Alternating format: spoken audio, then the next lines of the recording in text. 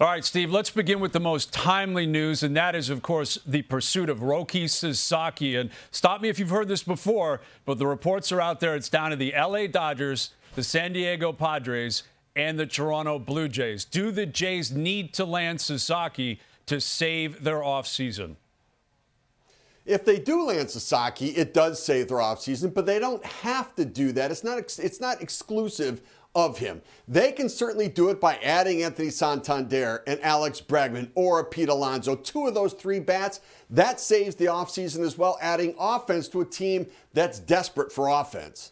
Yeah, I think it would go a long way in terms of the PR as well, right? The way they're perceived throughout baseball is it's the boy that cries wolf. They're always making all this noise, and yet they never land guys, whether it's Ohtani, whether it's Soto, whether it's Corbin Burns. At some point, if you're the Blue Jays, you have to sell your program, Steve, and I think that would be significant here because it's not about money with Sasaki, right? He's a young arm. It's not going to cost a lot of money. It's about opportunity and selling your program. If they can do that, that will be huge in terms of them bolstering a rotation that could also really use some help because, like you said, we keep focusing on the power bats, which is necessary. This rotation could use some help as well.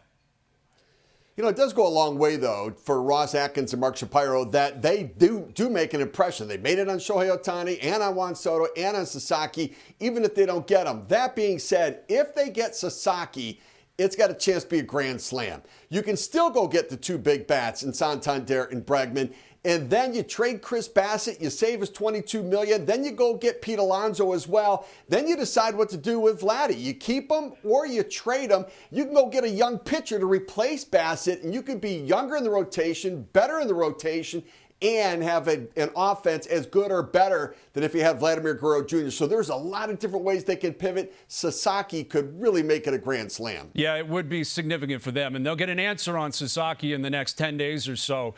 As for Vladimir Guerrero Jr., you just mentioned him. We are less than a month away from pitchers and catchers arriving down in Dunedin. He has made it very publicly known he is fine with negotiating on a future contract with the Blue Jays between now and the beginning of spring training. If he's holding to that, Steve, play the role of Ross Atkins, Mark Shapiro. How should they play this with Vladdy?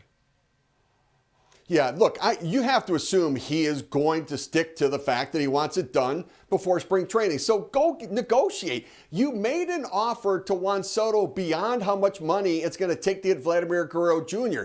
You've already made an offer for $47.5 million a year for whatever number of years or something close to that. Get the deal done. I understand there's a preconception that it was going to take $350 million, $370 million. Get over it. The market changed. Go to ownership, convince them to let you spend the money and go get him done. It would make a huge difference for this year and the future of the Toronto Blue Jays, because if not, it could be a rebuild next year. Absolutely. This, to me, is an existential moment for this ball club, Steve. It is mandatory. If you want to sign Vladimir Guerrero Jr., you sign him. And if for whatever reason Atkins and Shapiro really didn't feel great about Vladdy in the future, they should have moved off him by now. We're less than a month away from spring training. So, yes, the price is going to be high, but you have to pay it because he's separate from a Shohei Ohtani who doesn't know what it means to be a Blue Jay, or Juan Soto, or Corbin Burns. We can go down the list of other free agents they've been chasing. Vladdy chose this team when he was 16. He loves being a Blue Jay. He has made it publicly known he wants to stay a Blue Jay.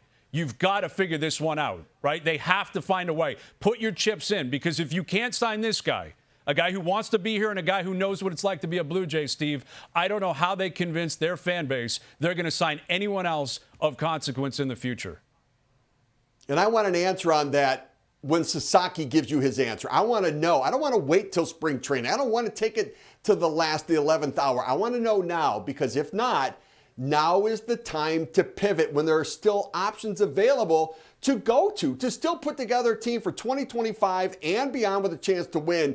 Make the offers now, get the answers now, and make your decisions and put this team together. It is crunch time. We are a month away from pitchers and catchers arriving. A lot of news potentially still could come down the pike here for the Blue Jays. Steve, we'll see how it plays out.